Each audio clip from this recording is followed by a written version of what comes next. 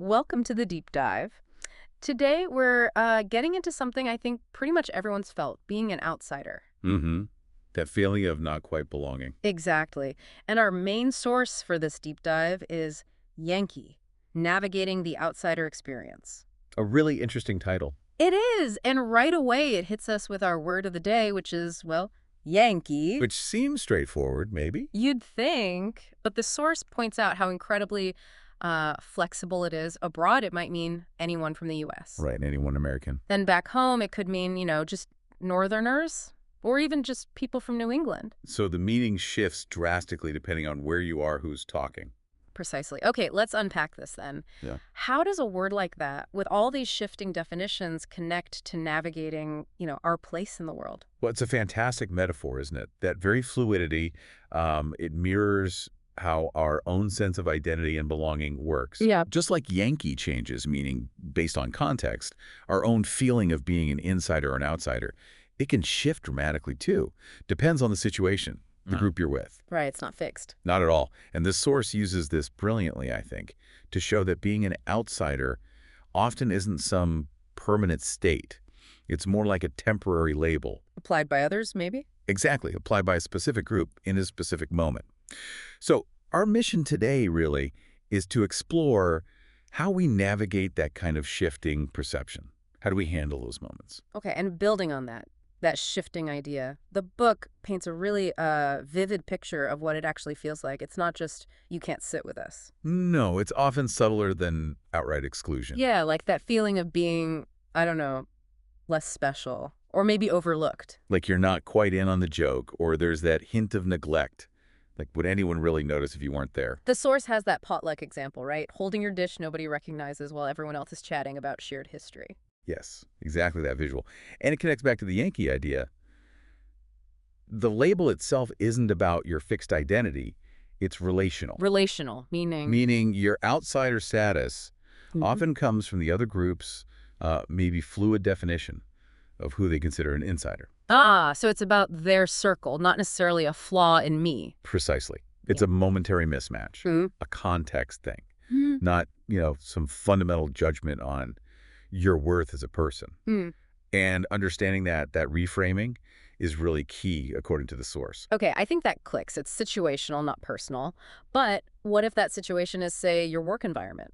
Yeah. Every day, and you are always missing the inside But jokes. that's where it gets tough for sure. The source has some, well, practical advice, but it sounds challenging. It does. It basically makes the case that, look, if your purpose in that room, that meeting, whatever, Mm. if it's just to do your job effectively, Right, get the task done. then whether everyone is showering you with attention or making you feel super included, well, it might not actually matter for achieving that purpose. Hmm. It pushes back against that, natural urge to feel slighted or to seek approval. It suggests sometimes you just got to focus on the job at hand, accept the dynamic. So, kind of, bite the bullet. In a way, yeah. Bite the bullet, knowing your time for feeling special or deeply connected will come elsewhere. In other contexts, perhaps. That's a tough pill to swallow, though, especially if you do crave that connection at work. Absolutely. And that leads to a really crucial point the source raises. What's your actual intention in that specific setting? Okay, why am I really here? Exactly. If the intention is purely professional, achieve goal X, then the social stuff might be secondary, maybe even irrelevant to that goal. But what if connection is part of the intention, or becomes important? Well, then the book acknowledges, sure, you could put in the effort, try to bridge that gap, become more of an insider. Make the effort, try to join the circle. You could. But it poses a critical question then. If those feelings aren't really reciprocated, if that group's definition of insider genuinely seems to exclude you no matter what, is that effort worth your energy? A cost-benefit analysis, almost. Sort of. The source isn't judgmental about it, though. It just lays out the options. And it adds a kind of comforting thought. Whatever path you take, as long as you're doing your best with what you've got, then that's the path you're on. It's okay. Right. So let's try to boil this down for you listening. The key takeaways from Yankee seem to be, first, understanding that feeling like an outsider is often situational. It's like that shifting meaning of Yankee. Context is king. Exactly. And because it's situational, it doesn't actually diminish your inherent worth.